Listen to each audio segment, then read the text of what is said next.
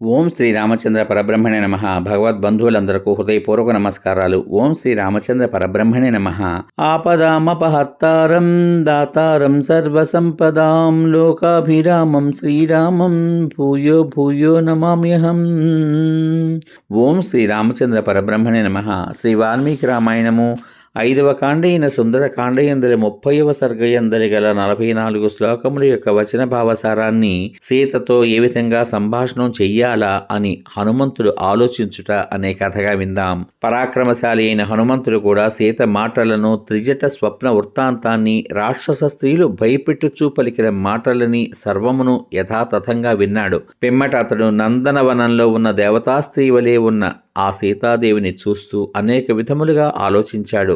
ఎన్నో వేల కొలది, అయతముల కొలది, అంటే అయతము అనగా 10,000 అని అర్థం. ఎన్నో వేల కొలది, అయితముల కొలది వానరులు నలుదిక్కులందు ఏ సీతకై వెదుగుతున్నారో ఆమెను నేను చూడగలిగాను. నేను శత్రు బలాన్ని దృష్టిలో ఉంచుకుని అతి జాగ్రత్తతో గూఢచారి వలె సంచరిస్తూ ఈ విషయాలన్నీ తెలుసుకున్నాను. రాక్షసుల విశేషాన్ని, ఈ పురాన్ని, రాక్షసాధిపతి అయిన రావణుని ప్రభావాన్ని చూశాను. సకల ప్రాణులయందు దయగల, ఊహింపశక్యం కాని ప్రభావం గల రాముని భార్య పతి దర్శనానికై తల్లడిల్లిపోతోంది. ఈమెను ఓదార్చుట యుక్తం. పూర్ణ చంద్రుని వంటి ముఖం గల ఈ సీత పూర్వము ఎన్నడూ కూడా ఇట్టి దుఃఖములను అనుభవించలేదు. ఇప్పుడు దుఃఖార్తురాలై ఈ దుఃఖానికి అంతం చూడజాలకున్నది. అట్టి ఈమెను ఓదారుస్తాను. ఈమె శోకం చేత వికలమైన మనస్సుతో బాధపడుతున్నప్పుడు కూడా నేను కూడా ఈమెను ఓదార్చకుండా తిరిగి వెళ్ళిపోతే నా గమనం పొరపాటే అవుతుంది. నేను తిరిగి వెళ్ళిన పిమ్మట రాజకుమారి, కీర్తిమంతురాలు అయిన సీత రక్షణోపాయమేదీ లభించక ప్రాణత్యాగం చేయవచ్చు. మహాబాహు అయిన రాముడు సీతను చూడాలి అని చాలా ఆసక్తితో ఉన్నాడు. అట్టి రాముని ఓదార్చుట కూడా నా కర్తవ్యం. రాక్షస స్త్రీల ఎదుట మాటలాడుట యుక్తం కాదు. ఇప్పుడు ఈ పని నేనెలా చెయ్యాలో కదా. నేను కష్ట పరిస్థితుల్లో చిక్కుకున్నాను. తెల్లవారేలోగా నేను ఈమెను ఓదార్చకపోతే తప్పకుండా ఈమె ప్రాణాల్ని త్యజిస్తుంది. సందేహం లేదు. నేను ఈమెతో మాట్లాడకుండానే వెళ్ళిన పిమ్మట సీత నాతో ఏం చెప్పమన్నది అని రాముడు అడిగితే నేనతనికి ఏం సమాధానం చెప్పగలను? నేను సీత సందేశమేదీ తీసుకోకుండా ఇక్కడి నుంచి తొందరగా వెళ్ళిపోతే రాముడు కోపించి తీవ్రమైన దృష్టితో నన్ను కాల్చి వేస్తాడు కూడా. రాముడికి సహాయం చేయడానికై నేను సుగ్రీవుని బయలుదేరదీసి తీసుకుని వస్తే ఈలోగా సీత మరణిస్తే సేనాసహితుడైన అతని రాక వ్యర్థమైపోతుంది. నేను ఇక్కడే ఉండి ఈ రాక్షస స్త్రీలు కొంచెం ఏమరపాటుతో ఉన్నప్పుడు చాలా దుఃఖపడుతున్న ఈ సీతను మెల్లగా ఓదారుస్తాను. ఇప్పుడు చాలా చిన్న శరీరంతో ఉన్న నేను విశేషించి వానరుడనై ఉండి సంస్కృతమైన మనుష్యవాక్కును ఉచ్చరించవలసి ఉంది. నేను ద్విజుడు వలె సంస్కృతమైన భాషలో మాట్లాడితే నన్ను రావణుడని తలచి సీత భయపడుతుంది. విశేషించి వానరుడు మాట్లాడుట అనేది అసంభావ్యం కదా. స్పష్టమైన అర్థాన్ని బోధించు మనుష్యవాక్కులోనే మాట్లాడుట తప్పదు. ఆ విధంగా కాకపోతే దోషరహితురాలైన ఈ సీతను ఓదార్చడం ఎలా కుదురుతుంది? నా రూపాన్ని చూసి, నా భాషను వినగానే అసలే ఇంతవరకు రాక్షసుల చేత భయపెట్టబడుచున్న సీత మరల ఇంకా భయపడిపోతుంది. పిదప ఈ విశాలాక్షి నన్ను ఇచ్ఛానుసారంగా రూపములు ధరించగలిగిన రావణుడే అని భావించి భయపడి అరవవచ్చు. సీత భయపడి అరవగానే యముని వలె భయంకరమైన రాక్షస స్త్రీల సముదాయం అనేక విధములైన ఆయుధాలు ధరించి గుమిగూడవచ్చు.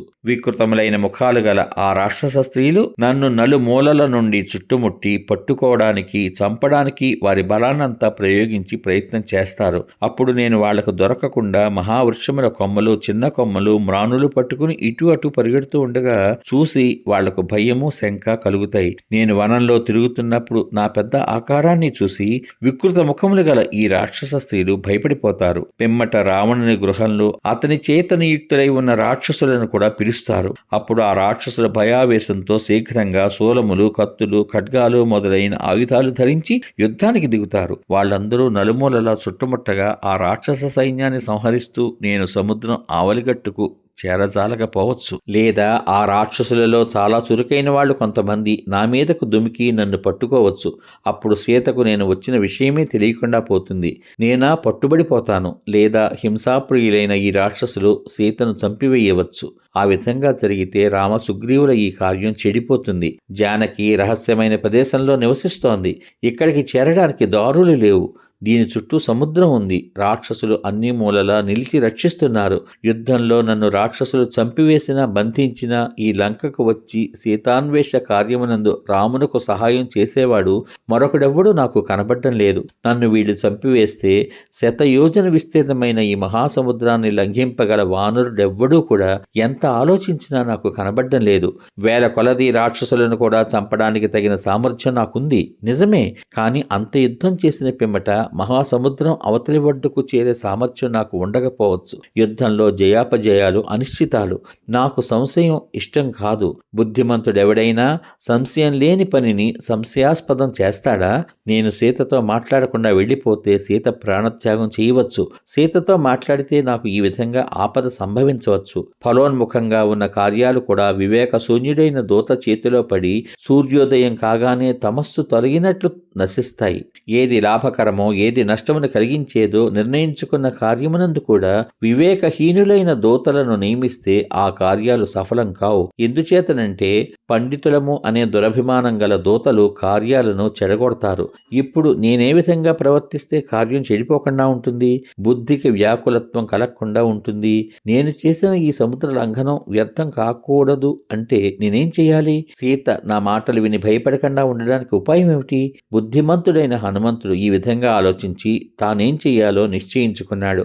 సీత మనస్సు అత్యుత్తమ బంధువైన రాముని యందే లగ్నమై ఉంది. శ్రమ పడకుండా పనులను చేయగలిగిన సమర్థుడు ఉత్తమ బంధువు అయిన రాముని గూర్చి కీర్తిస్తే ఈమె భయపడకుండా ఉంటుంది. ఇక్ష్వాకు వంశరాజులలో శ్రేష్ఠుడు ప్రసిద్ధమైన బుద్ధి గలవాడు అయిన రామునకు సంబంధించి మంగళప్రదములైన వచనాలు పలుకుతూ మధురంగా మాట్లాడుతూ రామాదుల అన్ని కార్యాలను ఈమెకు వినిపిస్తాను. ఈమెకు బాగా నమ్మకం కలిగేటట్లు చేస్తాను.